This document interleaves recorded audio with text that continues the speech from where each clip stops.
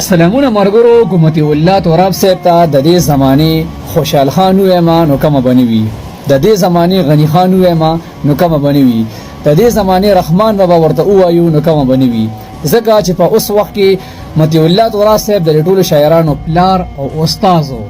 داغه چې کومه انقلابي شاعري وا یقینو کا چې په اوریدو به تعالی خوان درکو نه چې دا غل چر پچر شاعرو دا اوس کوم شاعران دي چې بس جانان او شونډي او سرجام او بلانکی ډنګري داغه چې کوم شاعري وا په انسان کې به وینو چې کوم نه ګرموله جوش پیرا واسطه انقلابي شاعرو د دې زمانه خبر وی ساده الفاظو کې به وای ما چې داغه شاعري ته په جمعات کې هم اورېدې شو دونه پازټیو او مثبت شاعر و دې زمانه نو یقین مې نه کو داغه کمی پر روان